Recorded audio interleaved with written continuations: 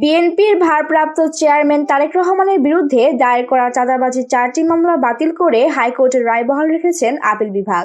হাইকোর্টের রায়ের বিরুদ্ধে রাষ্ট্রপক্ষের দায়ের করা লিভ টু আপিল খারিজ করে রোববার 5 জানুয়ারি বিচারপতি মোহাম্মদ আশফাকুল ইসলামের নেতৃত্বে 4 বিচারপতির আপিল বেঞ্চে আদেশ দেন। রাষ্ট্রপক্ষের যে আপিল, সেই আপিলটা ডিসমিস করা হয়েছে। তার মানে দাঁড়ালো হাইকোর্ট ডিভিশন মামলাগুলো যে বাতিল করেছিলেন সেই বাতিলের রায় কার্যকর থাকলো। আদালতে রাষ্ট্রপক্ষে শুনানি করেন অতিরিক্ত অ্যাটর্নি জেনারেল ব্যারিস্টার অনিক আর হক।